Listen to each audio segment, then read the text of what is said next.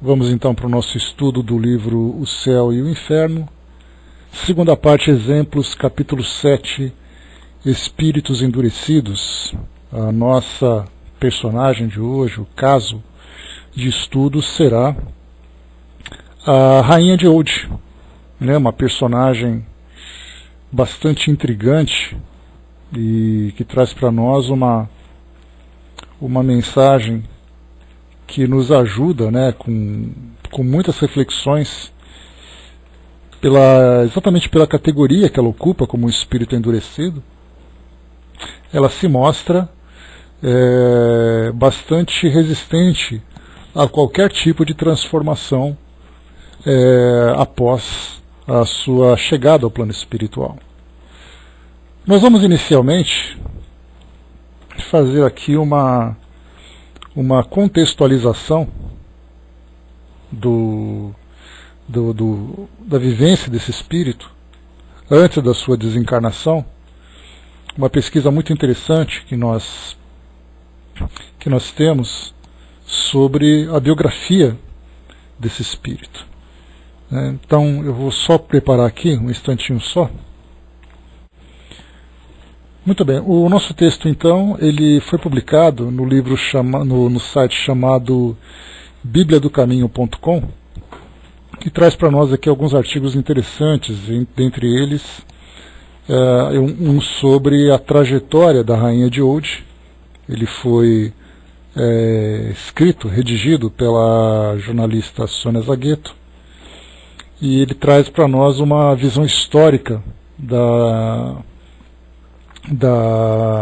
daquele momento em que viveu a Rainha de Old, tanto na Índia como também na Inglaterra, na França, na Inglaterra, ali na Europa como um todo, né? Então diz assim para nós: há histórias que, por seu conteúdo envolvente e suas lições preciosas, tornam-se emblemáticas. Uma dessas histórias está no livro O Céu e o Inferno, no capítulo que reúne as experiências dos espíritos endurecidos. Entre aqueles seres obstinados de coração pétreo, poucos se comparam à Rainha de Old. Orgulhosa, enfadada com tudo que não fosse sua tradição dinástica, dona de um enorme desprezo pelos valores espirituais, é uma personagem que impressiona. A história desse espírito, sua glória e tragédia, tornam ainda mais enriquecedora a leitura de seu diálogo com Allan Kardec.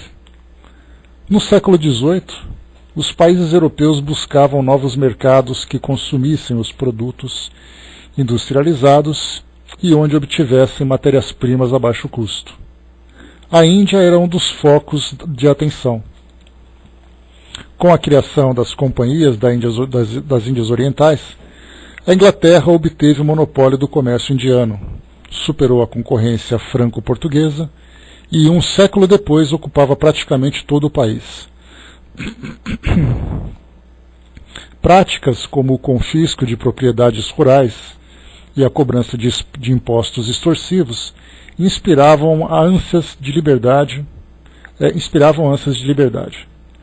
Sem uma autoridade central e dividida entre reinos rivais, a Índia reagiu com a revolta dos cipaios, soldados nativos empregados da Companhia das Índias Orientais.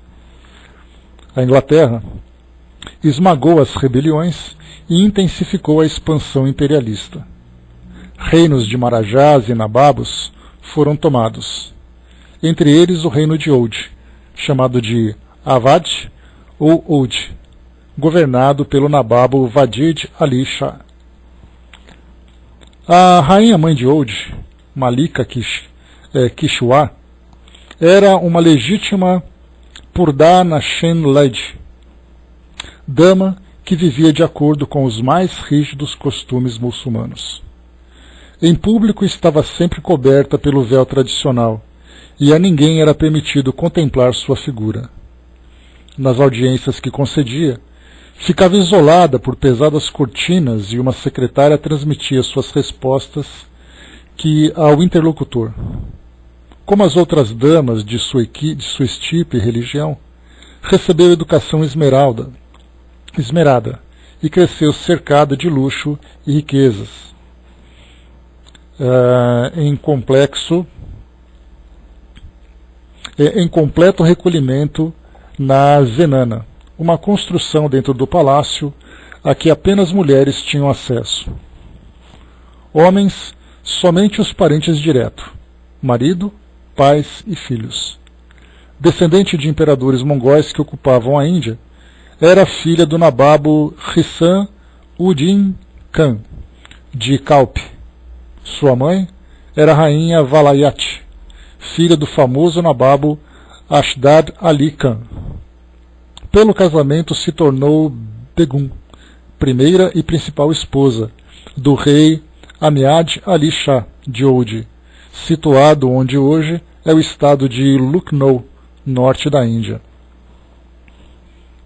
Um dos mais prósperos reinos indianos, Oudh foi anexado à Companhia das Índias Orientais em 1856, e toda a família real, que incluía as 148 esposas e os 40 filhos do rei, foi transferida para Calcutá. O Nababo Wadi Ali Shah, entusiasta das artes, principalmente da música, da dança e da poesia, foi acusado de ser um administrador desatento, sem controle sobre as finanças do reino e mais interessado em prazeres. A rainha-mãe viajou até a Inglaterra para interceder junto à rainha Vitória, em favor da restituição do reino de seu filho.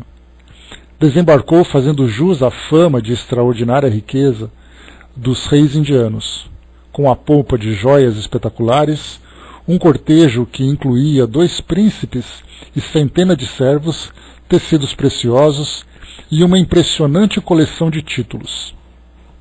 Eu vou ler para vocês aqui alguns dos títulos que ela ostentava, né? Bom dia, André.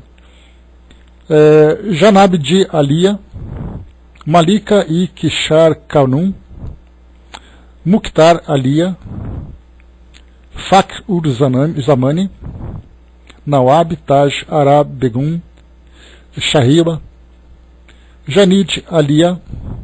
Bom, aqui o Janab Alia significa algo como Sua Alteza Real. Malika é o termo árabe para rainha. Kanum é o feminino de Khan, título mongol. Fakhr-ur-Zamani significa glória de sua época. Nawab e Begum juntos em um mesmo título correspondem à identificação de uma esposa da realeza. Tajara quer dizer ornamento da coroa. Então, quando ela era apresentada, vinha então todos esses títulos antes de chegar no nome dela. Tamanha a importância que ela tinha, né? Bom dia, Nando. André perguntou... Não, eu não estou lendo isso no livro, tá, André? Eu estou lendo aqui no site chamado Bíblia do Caminho, que tem essa pesquisa sobre a história, né, a biografia da Rainha de Oudh. Depois nós vamos então para a Revista Espírita, porque nós vamos até estudar, né, nós estamos estudando pela edição do CELD, mas ela é de uma forma muito resumida. Então nós vamos pegar na Revista Espírita, que vem de uma forma mais completa, e nós estamos fazendo aqui a introdução, tá? Depois eu passo para vocês aqui. Posso até passar agora. E depois eu publico lá no nosso grupo no Facebook. Esse aqui é o site, tá? Bom dia, Francis. Então nós estamos fazendo essa introdução histórica, né, antes de chegarmos na conversa dela com Kardec. Então, vendo ali a publicação na Revista Espírita. Então, muito bem, depois desses títulos todos, quando ela se apresentou então para a Rainha Vitória lá na Inglaterra, foi recebida com grandes honras pela Rainha Vitória, mas a Inglaterra era uma monarquia constitucional e Vitória não tinha poderes para intervir no caso. Para agravar o quadro, enquanto a Rainha de Oudh estava na Europa, explodiu a Grande Rebelião de 1857 contra a presença britânica nas Índias. Wadi Ali Shah e suas esposas estavam diretamente envolvidos. Esse primeiro levante pela independência ensanguentou o país. Mesmo os mais resistentes, como a lendária Lakshmi e Jani, foram dizimados pelos ingleses e sua derrota reduziu ainda mais as possibilidades de os reinos retomarem sua autonomia. A rainha de Oud permaneceu na Inglaterra por mais um ano. Só um instantinho. Ronaldo, bom dia. A rainha de Oud permaneceu na Inglaterra por um ano. Na viagem de volta, durante uma escala em Paris, em 23 de janeiro de 1858, ela morreu em decorrência de uma moléstia súbita. Tinha 58 anos de idade. Há várias versões para a morte. Uns apontam a cólera, outros a depressão. Um mês depois, seu filho, o general Mirza Sikandar Hashmat, também morreu e foi sepultado junto da mãe. Em um gesto de provocação à Inglaterra, a França concedeu à rainha de Oud funerais de chefe de Estado. O enterro percorreu as ruas de Paris e se tornou um dos acontecimentos mais comentados e noticiados do país. Malika Kishar foi sepultada na área muçulmana do cemitério Père Lachaise, na 85ª divisão, a poucos metros de onde está localizado hoje o túmulo de Allan Kardec. De sua tumba imponente, hoje resta somente a fundação. Um desenho do local mostra a opulência do monumento original. Atento aos fatos do seu tempo, Allan Kardec evocou a rainha na Sociedade Parisiense de Estudos Espíritas e publicou a conversa na Revue Esprit de março de 1858 e mais tarde em O Céu e o Inferno. Evocou-a em 2 outras ocasiões, sem notar mudanças significativas. O diálogo entre a rainha e o codificador é revelador. Então aqui depois a gente vai agora para a nossa revista espírita, onde nós veremos aqui a entrevista que Kardec realizou junto a essa rainha. Antes de terminarmos, a nora da rainha, Hasrat Mahal, se tornou um símbolo da resistência do imperialismo inglês, mas Vadid Ali Shah e seus filhos morreram no exílio. Em 1858, o parlamento britânico transferiu a administração do país para a coroa e em 1876 o governo inglês, liderado por Benjamin Disraeli, proclamou a rainha de Vitória imperatriz da Índia. O domínio inglês estendeu-se até 15 de agosto de 1947, quando não o orgulho e a guerra, mas a resistência pacífica e a não violência do Mahatma Gandhi dobraram a resistência dos britânicos e proclamaram a independência da grande pátria indiana. Aqui para a gente poder ter só algumas informações, deixa eu ver aqui, era chamado de Aoud, ou Oud também, né, esse reino, chamado também de berço dos arianos. Hoje, seção das províncias unidades de Agra e Aoud, sua capital é Lucknow, entre Ganges e o Himalaia. E aqui também, né, a trajetória da rainha de Oud, esse artigo então foi publicado na revista Reformador. E deixa eu ver aqui, foi publicado então em 2005, quando o livro O Céu e o Inferno completou 140 anos de seu lançamento. Então, muito bem, feita essa introdução, para a gente conhecer um pouquinho de quem é essa nossa personagem, nós vamos então aqui para a nossa revista espírita. Ela foi publicada no mês de março de 1858 e Kardec então traz para nós esses ensinamentos. Inicialmente com uma nota, nós temos aqui, nessas conversas, suprimiremos, doravante, a fórmula de evocação, que é sempre a mesma, a menos que sua resposta apresente alguma particularidade.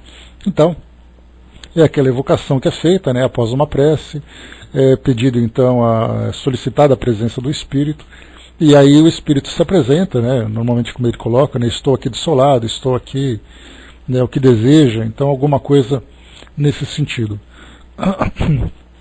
Então aqui não teve nada de especial, além do normal. Então, na revista espírita, nós temos aqui 32 perguntas que Kardec faz e depois uma conclusão. Já no livro Céu e Inferno são apenas 19 dessas perguntas, por isso então nós vamos para a revista que ela está mais completa. Pergunta então Kardec inicialmente: quais as vossas sensações ao deixardes o mundo terrestre? A resposta: por que ainda perturbada? Torna-se-me impossível explicá-las. Sois feliz? Não. Por quê? Tenho saudades da vida. Não sei. Experimento a acerba dor da qual a vida me libertaria. Quisera que o corpo se levantasse do túmulo. Essa é a resposta dela. Lamentais o ter sido sepultada entre cristãos e não no vosso país? A resposta: sim. A terra indiana pesaria menos sobre o meu corpo. Que pensais das honrarias fúnebres tributadas aos vossos despojos? Não foram grande coisa, pois eu era a rainha, e nem todos se curvaram diante de mim. Deixai-me, forçam-me a falar, quando não quero que saibais o que ora sou. Asseguro-vos, eu era a rainha. Isso a gente lembra, né, que conforme a gente viu nessa introdução, as honras que ela recebeu em Paris, que foi muito mais com o objetivo de afrontar, né, o governo inglês, fez com que o povo francês tivesse muito mais curiosidade do que reverência a essa rainha. Por isso, então, ela se sentia menosprezada na sua importância, pelo menos naquilo que ela tinha, onde ela vivia, né? Pergunta número 6. Respeitamos a vossa hierarquia e só insistimos para que respondais no propósito de nos instruirmos. Acreditais que vosso filho recupere o futuro do estado de seu pai, de seu país? Não, recupere de futuro os estados de seu pai? Meu sangue reinará, por certo, visto como é digno disso. Aqui a gente já percebe, né, que ela colocava essa ideia de que no futuro o reino dela seria restabelecido. E conforme, né, nós vemos na história, isso não aconteceu, né? Então, certamente foi para ela uma grande frustração. Bom dia, Silvia. Ligais a essa reintegração de vosso filho a mesma importância que lhes dáveis quando encarnada? Meu sangue não pode misturar-se com o do povo. Essa é a resposta dela. Qual a vossa opinião atual sobre a verdadeira causa da revolta das Índias? O indiano foi feito para ser senhor em sua casa. Então essa resposta veio exatamente porque havia a influência da Inglaterra sobre a Índia, e por isso então ela percebia, né, ela justificava aquela revolta em nome da liberdade que o povo indiano merecia, né, dentro da visão dela, né, e obviamente o que aconteceu depois no futuro, que o povo indiano, através de Mahatma Gandhi, acabou retomando, né, o controle do seu país. Que pensais do futuro que está reservado a este país? A Índia será grande entre as nações. Não se pôde fazer constar na respectiva certidão de óbito o lugar do vosso nascimento. Podereis nulo dizê-lo agora? Sou rainha oriunda do mais nobre dos sangues da Índia. Penso que nasci em Delhi. Vós, que viveste nos esplendores do luxo, cercada de honras, que pensais hoje de tudo isso? Que tinha direito. Então, na verdade, ela começa a trazer as mesmas ideias que ela tinha, né, durante a sua encarnação, porque ela achava que se justificava toda aquela opulência que sustentava, na verdade, ou ornava o poder que ela tinha como sendo uma rainha. E mesmo como encarnada, ela ainda pensa dessa forma. A vossa hierarquia terrestre concorreu para que tivesseis outra mais elevada neste mundo, em que hora estáis? Aqui é interessante essa pergunta porque Kardec fala exatamente sobre a continuidade da posição hierárquica que ela tinha quando estava encarnada, e depois de desencarnada, Kardec perguntou se essa posição dela teve alguma influência após a sua desencarnação, se ela continuava ainda tendo essa alta posição que ela tinha quando encarnada. E é uma pergunta bastante pertinente, ela pode parecer apenas uma curiosidade, mas se nós pensarmos, por exemplo, em São Luís, ele era um rei francês, e ele depois foi canonizado pela igreja virando santo. E depois, no plano espiritual, ele se apresentava, inclusive como o próprio dirigente espiritual da Sociedade Parisiense de Estudos Espíritas. Mas aí o que nós percebemos, conhecendo um pouco da biografia do rei Luís XIII, se não me engano, que era o título dele, se eu não me engano, nós vemos assim que a biografia dele já mostra o contrário, embora nós tenhamos livros de história que mostram ainda que ele teve que tomar algumas atitudes bastante controversas para poder manter ali a unidade do seu reino. Mas, de um modo geral, ele era bastante sábio, bastante generoso com os seus súditos. Então, por isso, no plano espiritual, ele acabou mostrando essa mesma sabedoria. Então, colocando para nós aqui Kardec novamente, a vossa hierarquia terrestre concorreu para que tivesseis outra mais elevada neste mundo, em que hora estáis? A resposta: continua a ser rainha, que se enviem escravas para me servirem. Mas não sei, parece-me que poucos se preocupam com a minha pessoa aqui, e contudo eu sou sempre a mesma.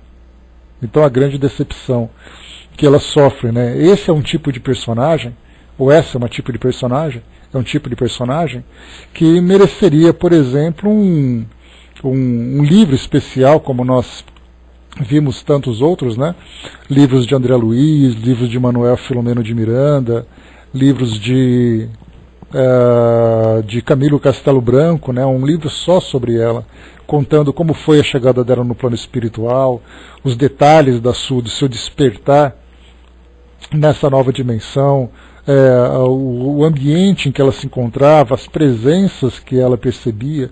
Então tudo isso para nós seria assim, de grande importância para o nosso conhecimento. Então, infelizmente, nós não tivemos esse privilégio de ter um livro contando a história dela. Pois é, André, o detalhe interessante é que mesmo tendo pouca informação, são apenas essas perguntas que nós tivemos aqui, dá para a gente, daquilo que a gente vem estudando, por isso que é bacana de sempre nós estudarmos outros livros, outras histórias, porque nós vamos agregando informações, agregando valores para os estudos que nós desenvolvemos. Então, mesmo que nós não conheçamos a história dela, a história detalhada da Rainha de hoje, vimos um pouquinho do contexto histórico dela naquela publicação na revista Reformador, e agora vemos a entrevista com Kardec. A gente começa então a preencher os espaços que exatamente o que eu ia falar, esses espaços que a gente não consegue completar com essas peças que faltam. Com esse estudo que nós fazemos de outros casos, a gente começa a ter uma ideia daquilo que esse espírito vivenciou. A grande expectativa que ela sentia de ser recebida como rainha, a frustração que ela teve também de não ter aquilo que ela esperava, de não ter satisfeito essa expectativa. Então, tudo isso é bastante interessante para nós. Número 13. Professasseis a religião muçulmana ou a hindu? Muçulmana. Eu era, porém, bastante poderosa para me ocupar de Deus. Essa é uma resposta que mostra a grande prepotência que ela tinha, que embora ela fosse adepta, seguidora dessa religião, a religião era algo secundário para ela, porque a posição que ela tinha naquela sociedade, e o título que ela ostentava, dava a ela grande importância para ficar preocupada com Deus. Então isso também nós encontramos em muitos outros espíritos que desencarnam, ocupando, pelo menos enquanto estavam encarnados, posição de grande poder, militares, políticos, empresários, monarcas, né, como nós vimos é o caso dela.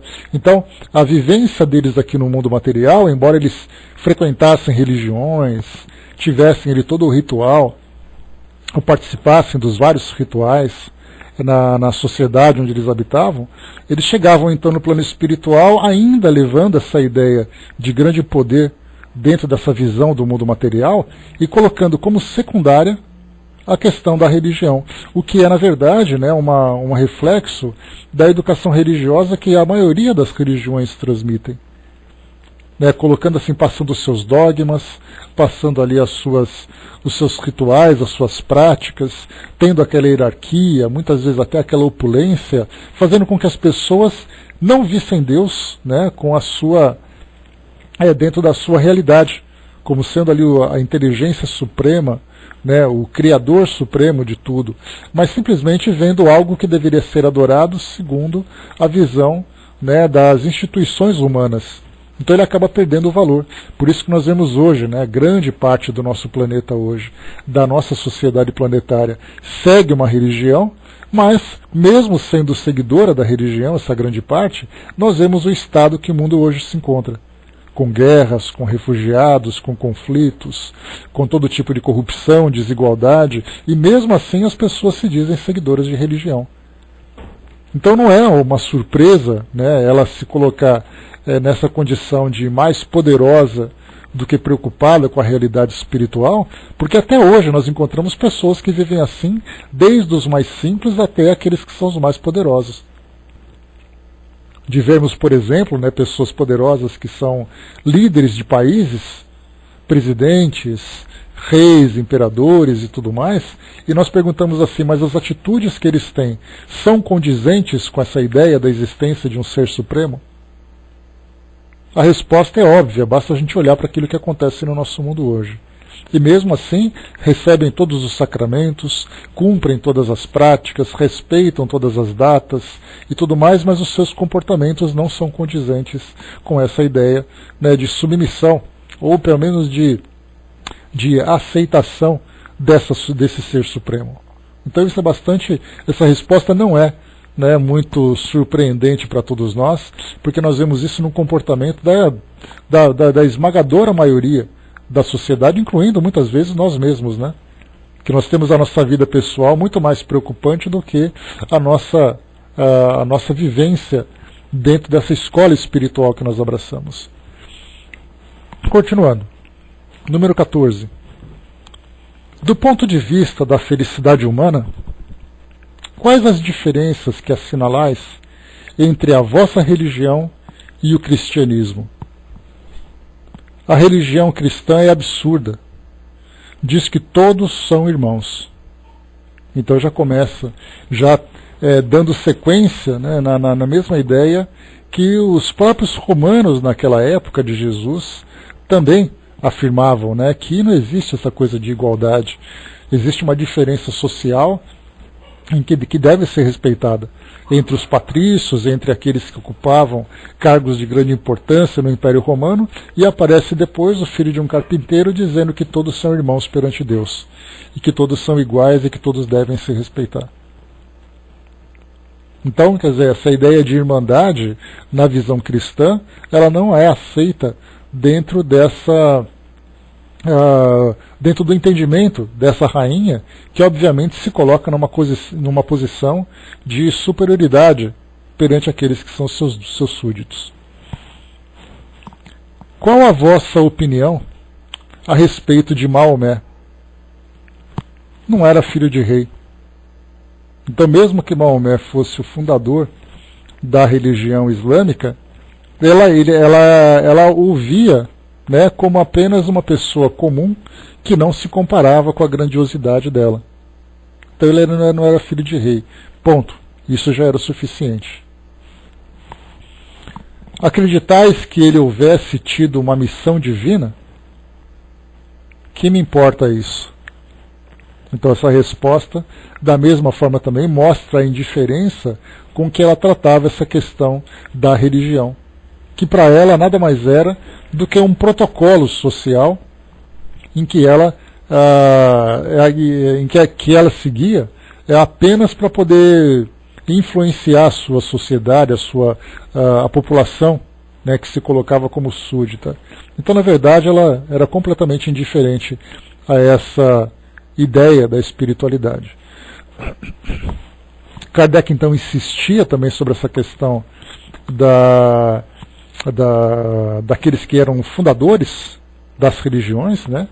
Então aqui nós temos, né, que, embora não é a visão de Jesus, mas aqui ele é visto como sendo o fundador do cristianismo. Então, qual a vossa opinião quanto ao Cristo? O filho do carpinteiro não é digno de ocupar os meus pensamentos. A mesma coisa, né, uma situação bastante parecida, tanto com Maomé como por Jesus, ambos ali líderes de duas linhas filosóficas, ambos também ocupando posições sem grande importância perante a sociedade dentro da visão dela. Um era simplesmente ali um mero comerciante e o outro era filho de carpinteiro. E então nós temos agora essa posição dela. Que pensais desse uso pelo qual as mulheres muçulmanas se furtam aos olhos masculinos? Penso que as mulheres nasceram para dominar. Eu era mulher.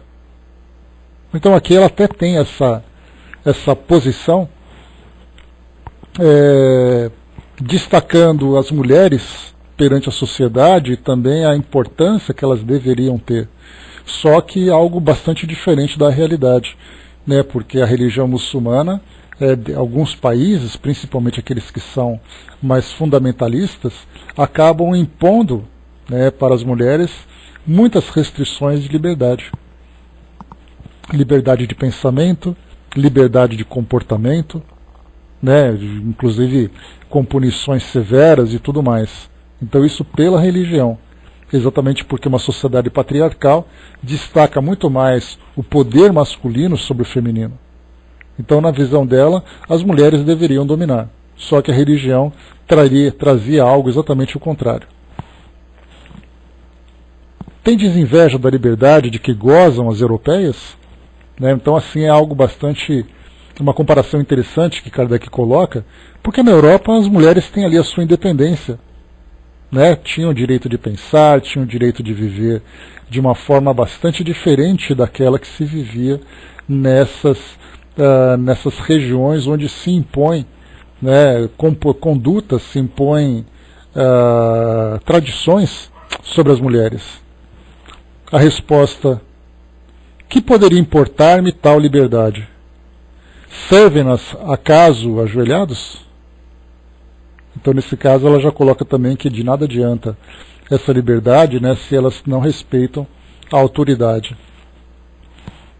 Qual a vossa opinião sobre a condição da mulher em geral na espécie humana? Que me importam as mulheres? Se me falasses de rainhas, então ela continua ainda demonstrando a mesma indiferença. Não importa, né, o gênero de que ela trata, o que importa é exatamente essa hierarquia social em que ela ocupa o topo dessa escala. Tendes reminiscências de encarnações anteriores a esta, que viestes a deixar? Deveria ter sido sempre rainha. Então, pelo menos, ela já tem uma ideia, né, de reencarnações anteriores, porque muitos espíritos acabam ficando surpresos, né, pelo fato de se verem como seres imortais, como espíritos imortais, e que teriam no passado também uma história, né, já vivida. Então, aqui nesse caso, ela faz essa suposição, mas pelo menos nos dá essa impressão de ter sido também, né, rainha em outras existências. Por que acudistes tão prontamente ao nosso apelo? A resposta: não queria fazê-lo, mas forçaram-me. Acaso julgarás que me dignaria a responder-te? Quem és tu ao meu lado? Kardec então insiste nessa linha de pensamento. E quem vos forçou a vir? Eu mesma não sei. posto que não deve existir ninguém maior do que eu. Então ela mostra ali uma cegueira muito grande, né, no que diz respeito à realidade dela. Então o que chama atenção aqui também é a própria comparação que ela faz, né, de Kardec sendo alguém bastante inferior diante da posição dela. Mas mais uma vez nós encontramos aqui também, como aconteceu em casos anteriores que nós estudamos no próprio livro Céu e Inferno, espíritos que se manifestam em determinados grupos sem saberem como foram parar lá. Eles simplesmente se manifestaram. Então eles disseram que são obrigados a dizer, foram levados até lá, para esse ou para aquele grupo. Então o que nós conversamos num desses casos anteriores foi exatamente a presença de espíritos que atuam não apenas junto aos grupos espíritas que desenvolvem esse trabalho de assistência, de esclarecimento e também de estudo, obviamente, sobre a vida no mundo espiritual, mas também das entidades que atuam junto a esses próprios espíritos, que acabam fazendo com que eles se apresentem neste ou naquele grupo exatamente para que eles possam se esclarecer. Então nós temos ali um trabalho intenso feito no plano espiritual para também, né, nos trazer esses ensinamentos todos e prestar essa assistência tão necessária. O que nós comentamos também foi que quando nós encontramos centros espíritas que trabalham, né, com essa intensidade toda nesse trabalho assistencial e nesse trabalho de comunicação e também de própria instrução, como por exemplo, imaginar os trabalhos que eram realizados por Chico Xavier lá em Uberaba. O que nós vemos é o médium trabalhando, vários espíritos se comunicando através da psicografia, e nós né, muitas vezes, né, pelo menos aqueles que não têm esse esclarecimento, atribuem simplesmente ao acaso essas manifestações. E nós não imaginamos de que forma que esses espíritos atuam, por exemplo, para fazer com que os espíritos sejam conduzidos do local onde eles se encontram até os centros espíritas, respeitarem o horário que é determinado para aqueles trabalhos, respeitarem uma ordem de comunicação. Inclusive já trouxe para vocês aqui uma comunicação interessante que mostra um espírito impaciente, que ele disse que chegou logo cedo no centro espírita e a comunicação dele foi por volta das 18 horas, das 20 horas mais ou menos, que era exatamente o momento em que havia o trabalho de comunicação. E a primeira mensagem que o espírito coloca era como é que vocês puderam me deixar tanto tempo aqui esperando? E outro espírito que se comunicou também, chegou cedo, né, respeitando essa mesma orientação, e a resposta dele era exatamente, a primeira mensagem dele era: eu não vi a hora de falar com vocês. E isso demonstrando uma alegria, um prazer muito grande. E o outro demonstrando essa arrogância toda. Bom dia, professor. Então por isso nós temos aqui esse trabalho intenso no plano espiritual para organizar essas comunicações. A mesma coisa acontece também com obsessores. Dá para a gente imaginar se tudo acontecesse simplesmente assim, ao acaso. Os espíritos se manifestando, né, os médiuns, tentando lidar com todas essas inteligências tão perturbadas, tão agressivas muitas vezes. Então, pelo contrário, tudo isso é feito de uma forma bastante organizada, bastante rígida, para que os trabalhos saiam, né, a contento. Então, por isso ela coloca: não queria fazê-lo, mas forçaram-me. Então nós vemos nesse caso aqueles espíritos que são conduzidos a essa comunicação e são forçados a falar. Não sabemos exatamente de que forma é que acontece de que forma que se exerce essa força sobre os espíritos para que eles se comuniquem, mas nós vimos vários casos já de espíritos que são rebeldes, que não queriam se comunicar, e eles disseram exatamente isso, que eles eram forçados a dizer. Vamos lá, continua. Em que lugar vos encontrai aqui? Perto de Hermance. Aqui fala de Hermance Dufault, que é uma das médiuns que trabalhava com Kardec, era uma adolescente, né? E ela então trabalhava intensamente nesses trabalhos da sociedade parisiense. Sob que forma vos apresentais aqui? Sempre rainha. E pensas que eu tenha deixado de o ser? És pouco respeitoso. Fica sabendo que não é deste modo que se fala com rainhas. Kardec já levou um puxão de orelha da rainha por causa da forma como ele a tratava, né, da forma impertinente como ele se dirigia a ela, sem aquele respeito e tudo mais, porque ele não pedia, ele simplesmente perguntava. E para uma rainha não é assim que se trata, né, segundo a visão dela. Por que não podemos vos ver? Não o quero.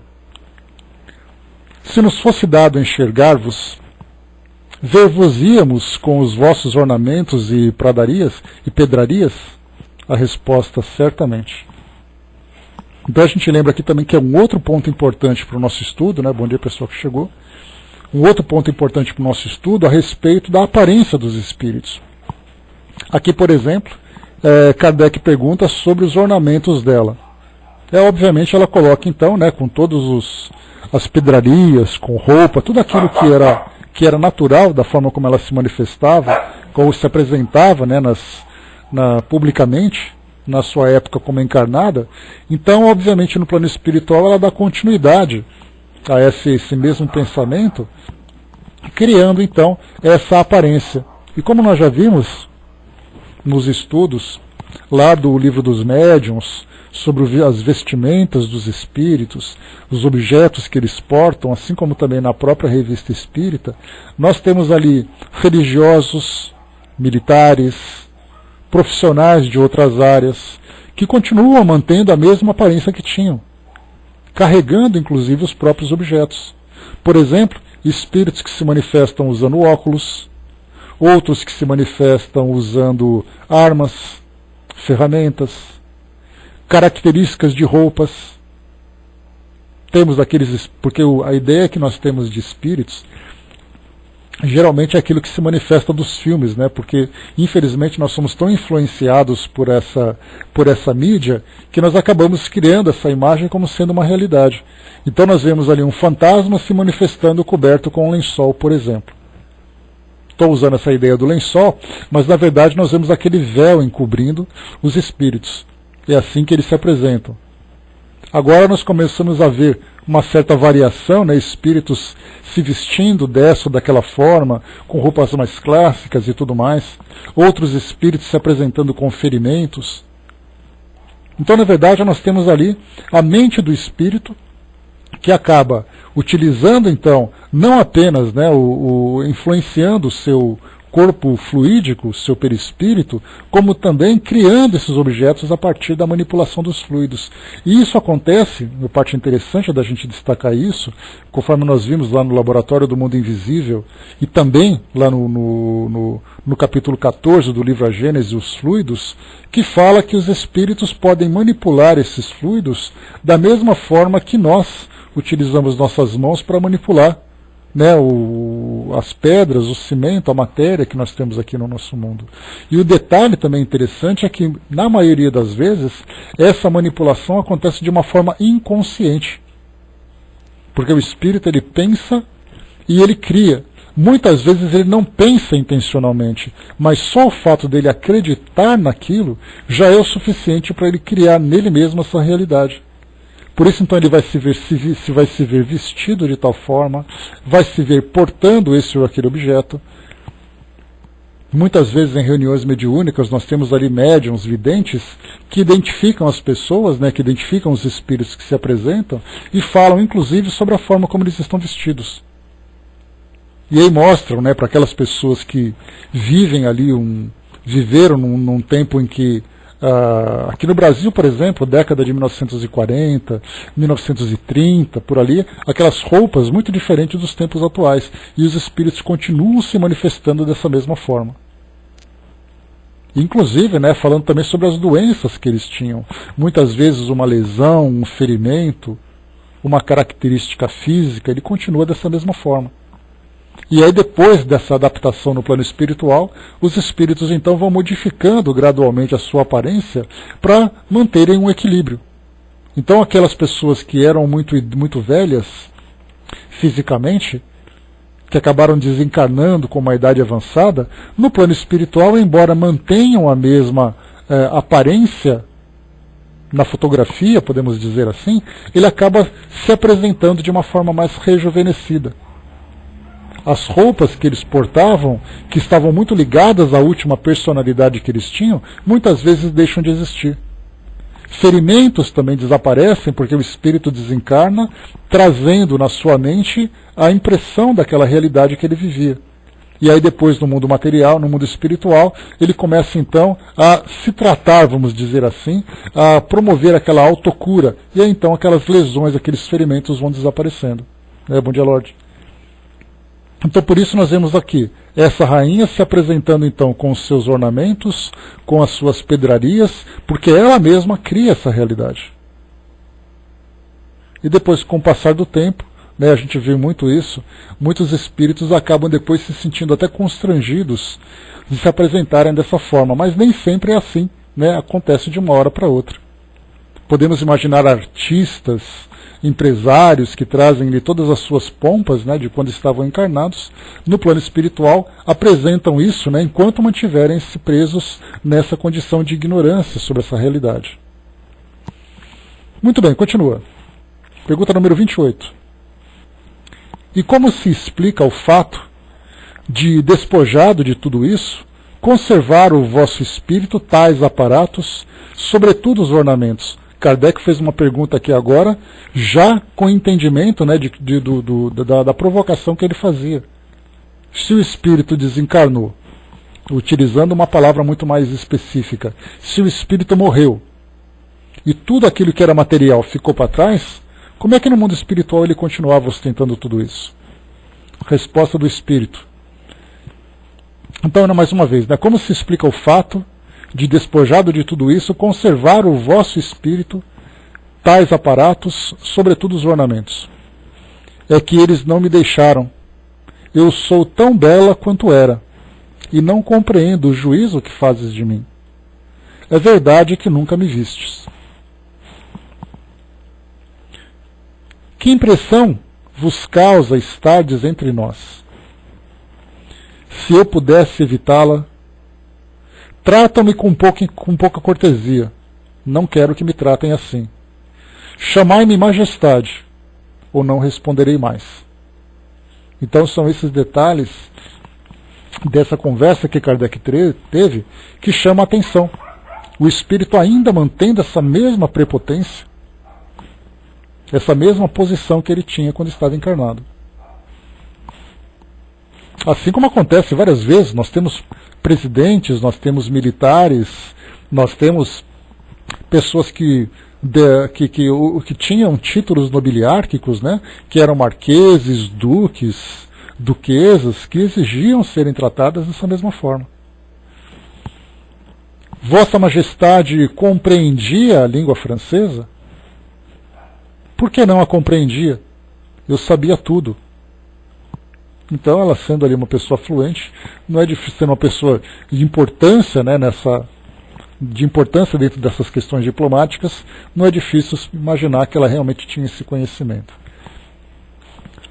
Vossa Majestade gostaria de nos responder em inglês? Não. Não me deixareis. Pois, tranquila? Quero ir embora, deixai-me. Pensais que eu esteja submetido aos vossos caprichos? Sou rainha, e não escrava. Então, mais uma vez, ainda mantendo essa posição. Rogamos somente que respondais ainda a 2 ou 3 perguntas. Daí vem aqui depois, resposta de São Luís, que estava presente. Deixai-a, a pobre perturbada. Tende compaixão da sua cegueira, e Oxalá vos sirva de exemplo. Não sabeis quanto padece o seu orgulho. Aqui o detalhe era que simplesmente um rei lidando com uma rainha, São Luís na posição de um espírito elevado, mas que poderia, utilizando essa expressão que nós temos, poderia dar uma carteirada, de rei para rainha, conversando ali olho no olho. Mas o importante é que, diante situação desse espírito, o que nós vemos aqui é a presença de São Luís, como sendo ali o coordenador dos trabalhos na sociedade, cuidando para que tudo ocorra da melhor forma. Porque nunca se sabe que tipo de espírito vai se manifestar e nem quem são os seguidores desse espírito também. Então, por isso, a coordenação dos trabalhos ali atenta a tudo o que acontece. Uma observação que Kardec faz agora, então, para concluir essa entrevista que foi feita. Essa conversa oferece mais de um ensinamento. Evocando essa majestade decaída, agora no túmulo, não esperávamos respostas de grande profundidade, tendo em vista o gênero de educação das mulheres naquele país. Mas pensávamos encontrar nesse espírito, se não a filosofia, pelo menos um sentimento mais verdadeiro da realidade e ideias mais sadias sobre as vaidades e grandezas da terra. Longe disso. Nela, as ideias terrestres conservaram toda a sua força. É o orgulho, que nada perdeu de suas ilusões, que luta contra sua própria fraqueza e que deve, com efeito, sofrer muito por sua impotência. Prevendo respostas de outra natureza, havíamos preparado diversas perguntas que se tornaram sem objetivo.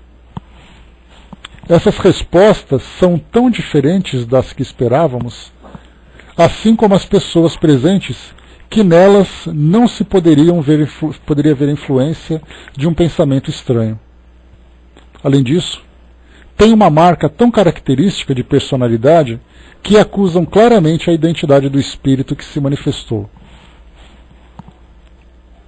Poder-se-ia estranhar com razão ver Lemaire, homem degradado e maculado por todos os crimes, manifestar em sua linguagem de além-túmulo sentimento que denotam uma certa elevação e uma apreciação bastante exata de sua situação, ao passo que a rainha de Oude, cuja hierarquia deveria ter-lhe desenvolvido o senso moral, não sofreram as ideias terrestres nenhuma modificação. Aqui a gente lembra que Lemaire foi o primeiro espírito que nós estudamos dos espíritos endurecidos. Deixa eu pegar rapidamente aqui. Voltando um pouquinho aqui no nosso livro Céu e Inferno, só um instantinho.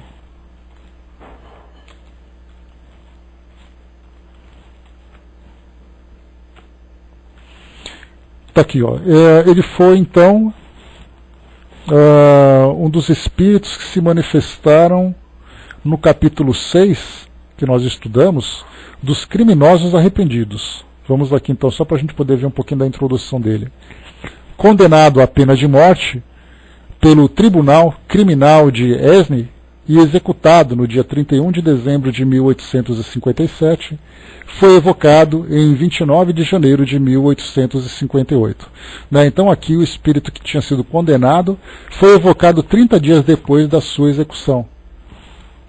Então inicialmente mostra do crime que ele tinha cometido, mas mostra de imediato um constrangimento que ele sentia porque ele foi guilhotinado.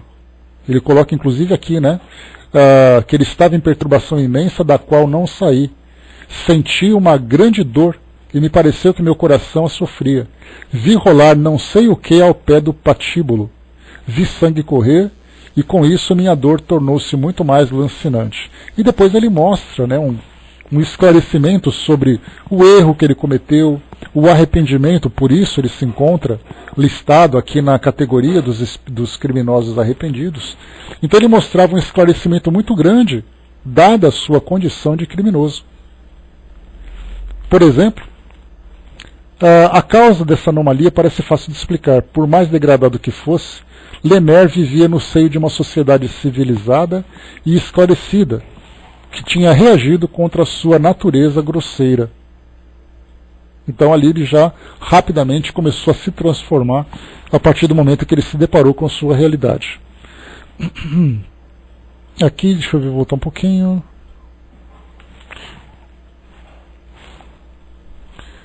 Deixa eu ver aqui. Tá. Então aqui continuando como Kardec dizia para nós.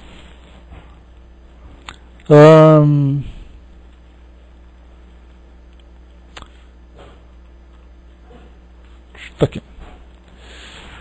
Só retomando aqui o que a gente lia. Poder-se estranhar com razão ver Lemer, homem degradado e maculado por todos os crimes, manifestar em sua linguagem de além-túmulo sentimentos que denotam uma certa elevação e uma apreciação bastante exata de sua situação, ao passo que a rainha de Oude, cuja hierarquia deveria ter desenvolvido o senso moral, não sofreram as ideias terrestres nenhuma modificação. A causa dessa anomalia parece fácil de explicar. Por mais degradado que fosse, Lemer vivia no seio de uma sociedade civilizada e esclarecida, que tinha reagido contra sua natureza grosseira. Ele havia absorvido, malgrado seu, alguns raios da luz que os cercavam, e essa luz nele fez nascerem pensamentos sufocados por sua abjeção, mas cujo germe nem por isso deixava de subsistir.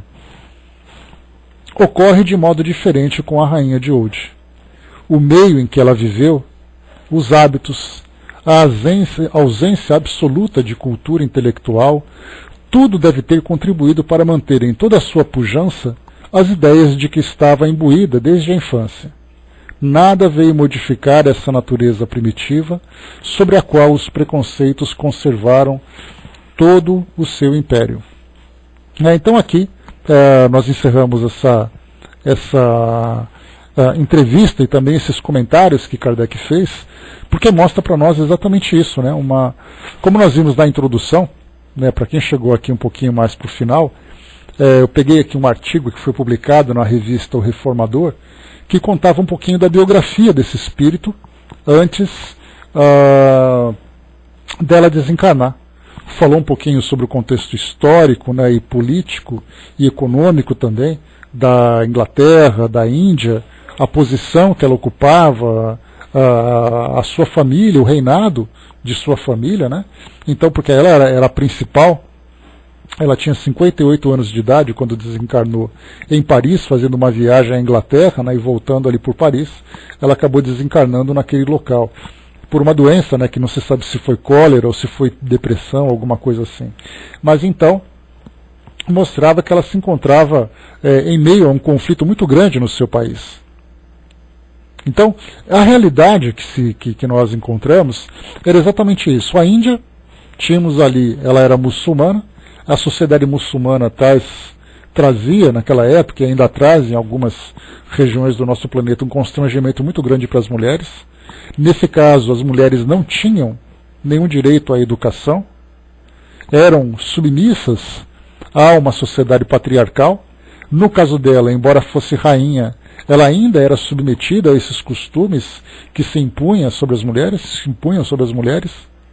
Então, por isso que Kardec coloca, fazendo uma comparação com Lemer, que era um criminoso, que foi executado e que rapidamente já mostrou ali um constrangimento e uma lucidez também sobre a sua realidade, era reflexo exatamente da educação que ele tinha. Vivendo, por exemplo, na França, que Kardec chamou aqui de uma sociedade civilizada, nós lembramos, né, a França, pós-iluminismo, né, com muitos pensadores, com filosofia, com uma sociedade bastante culta, científica e cultural também, e diferentemente da Índia, em que as mulheres eram simplesmente sufocadas nos seus direitos. Então as respostas que Kardec elaborou, até as perguntas que Kardec elaborou, o que ele comentou aqui que foi muito curioso, né, sabendo que essas entrevistas não aconteciam assim de improviso, pelo contrário, elas eram elaboradas, né, perguntas que eram feitas, preparadas antes das manifestações dos espíritos, para que pudesse ter alguma coisa produtiva, como acontece em qualquer entrevista que nós vemos hoje, né? Os entrevistadores têm ali já uma relação de temas que vão tratar com o entrevistado, obviamente para tirar ali o melhor proveito daquele encontro. Então a mesma coisa acontecia também com relação a esses espíritos que eram evocados. Nesse caso, então, Kardec comenta que várias perguntas foram elaboradas, mas que acabaram ficando simplesmente, seria improdutiva fazer aquelas perguntas, porque as respostas eram tão simples, demonstrando apenas a posição que esse espírito ocupava com relação ao reinado, né, em si, né, ou seja, a importância que ela tinha ou que ela se atribuía a ter, pelo menos, perante aquela sociedade, mas não demonstrava nenhuma inteligência mais aprofundada. Por isso, então, a conversa acabou ficando nessa conversa muito simples, e o que mais se destacou, então, de tudo aquilo que poderia, por exemplo, tirar como proveito, uma pergunta diferente, por exemplo, uma entrevista diferente que nós poderíamos imaginar, falando, por exemplo, de Dom Pedro II. Como seria uma entrevista mediúnica com Dom Pedro II, ou com Dom Pedro I, ou com Napoleão Bonaparte? Poderíamos imaginar que seriam perguntas muito mais complexas, com respostas muito mais profundas. No caso dela, foram perguntas que tinham a intenção de conhecer um pouquinho sobre a natureza dela, mas também saber um pouquinho mais sobre a visão que ela teria dessas questões políticas, dessas questões sociais. E o que ela apresentava era simplesmente ali um espírito focado na importância que ela se atribuía. E isso era reflexo daquilo que ela vivia. E como Kardec colocou um pequeno comentário ali que muitas vezes passa despercebido, é que esse tipo de resposta que ela dava era condizente com a sua realidade quando estava encarnada. Isso mostra que não houve interferência de nenhum espírito, trazendo para nós ali uma ideia de legitimidade dessa entrevista. André colocou, não dava para esperar outra coisa de Kardec, ele sempre curioso, cuidadoso e atento em seu trabalho. Né? Sim, era exatamente o que ele fazia, porque o trabalho que ele estava desenvolvendo, que era trazer para nós as bases de uma nova doutrina, ela deveria ser fundamentada naquilo que era mais sólido em termos de filosofia. Por isso, então, todo o preparo, todo o ambiente, né, obviamente a presença dos próprios espíritos, como nós vimos, né, ela se dizia forçada a responder. E como nós comentamos, né, sobre os bastidores dessas reuniões, vários espíritos, então, ali juntos, acompanhando essas entrevistas, acompanhando esses eventos nas reuniões mediúnicas, para que tudo pudesse sair da forma mais organizada possível, para que nós recebêssemos também as melhores instruções. Então, o que vimos nesse espírito, apesar de falarmos como a rainha, foi simplesmente ali um espírito birrento, podemos chamar assim, que era teimoso, querendo apenas manter as aparências, mas que tinha pouco conteúdo. Diferentemente do espírito Lamer, que Kardec chamou a atenção, que era um espírito, embora de uma natureza primitiva e por ter sido executado por crimes que cometeu, mostrava já uma competência intelectual muito diferente do que aconteceu com essa rainha.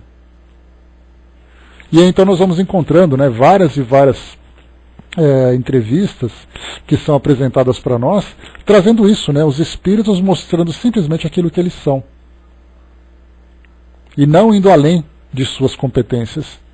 A mesma coisa vai acontecer com muitos de nós.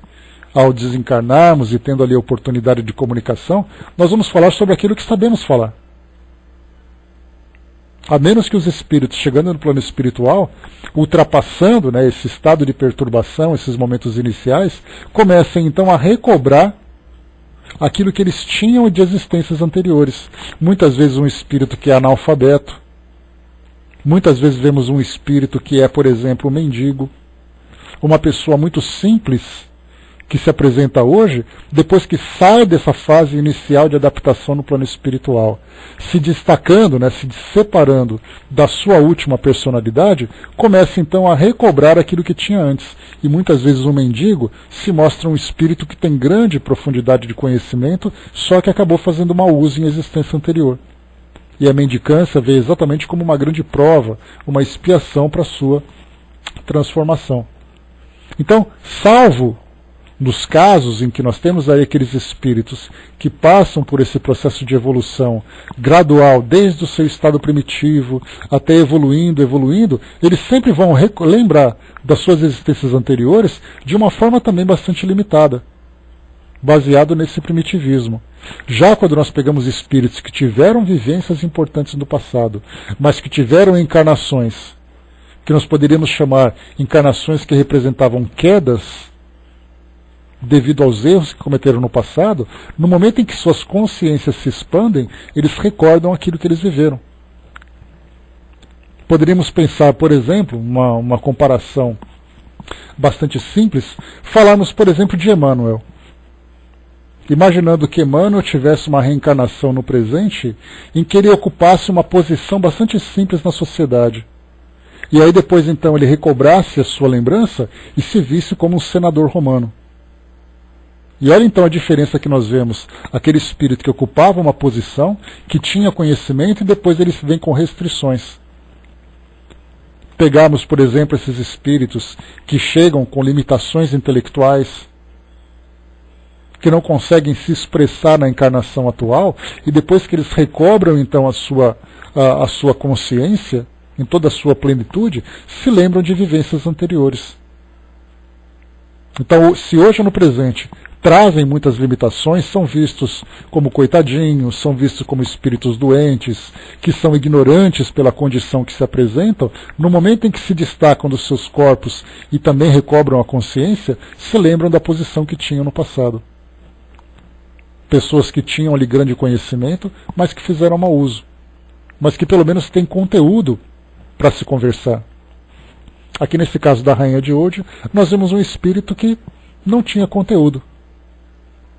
Não sabemos se no seu passado foi ali um espírito que teve uma experiência encarnatória importante, que teve ali inteligência. Por exemplo, Silvia, vários casos, autismo, paralisia cerebral, síndrome de Down e tantas outras limitações intelectuais.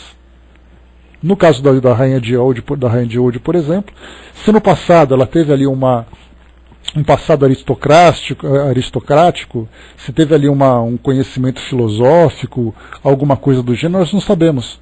Mas o que nós sabemos é que nessa encarnação atual, a sua consciência se encontra ainda muito presa à sua última realidade, que era uma mulher num país de religião muçulmana, em que as mulheres não tinham qualquer tipo de direito, principalmente de estudo, de esclarecimento, e que ela vivia simplesmente a ideia de que ela era importante e que deveria ser respeitada, apenas isso.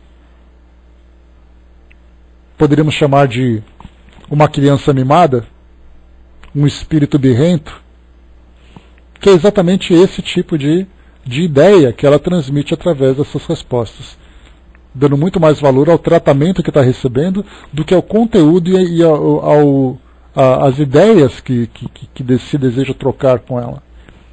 Então, como foi colocado para nós aqui, um dos espíritos mais intrigantes aqui do nosso livro, O Céu e o Inferno, mas infelizmente Kardec não conseguiu tirar grandes substâncias desse diálogo, apenas ver um pouco da personalidade e do real endurecimento com que ela se apresentava. Então, espíritos endurecidos, mais um para nós aqui, para o nosso estudo.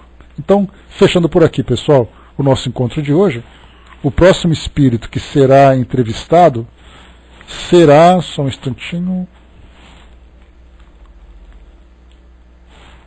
deixa eu pegar aqui no nosso índice, o espírito Benoit, não é Benoit não, o próximo aqui embaixo, a Rainha de Oude, Schumann. Esse é o nosso espírito. É o último caso desse capítulo dos espíritos endurecidos. E o próximo que nós veremos, o próximo e último capítulo, nós teremos aqui vários casos. Deixa eu contar aqui quantos são, que são bastante. Deixa eu ver aqui. 1, 2, 3, 4, 5, 6, 7, 8, 9, 10, 11, 12, 13, 14 casos aqui do Expiações Terrestres. Desses expiações terrestres, nós vamos então aqui ver os espíritos que vão contar suas histórias depois de terem vivido uma experiência difícil aqui no nosso mundo. Felizmente nós encontramos hoje vários livros que falam sobre isso. Por exemplo, o livro Deficiente Mental Porque Fui Um.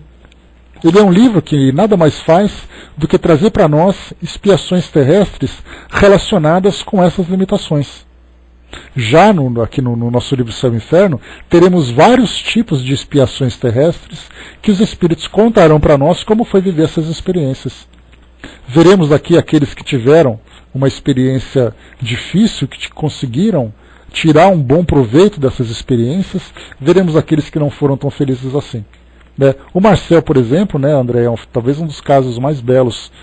Uma criança que depois de desencarnar trouxe para nós ali uma grande sabedoria, um espírito que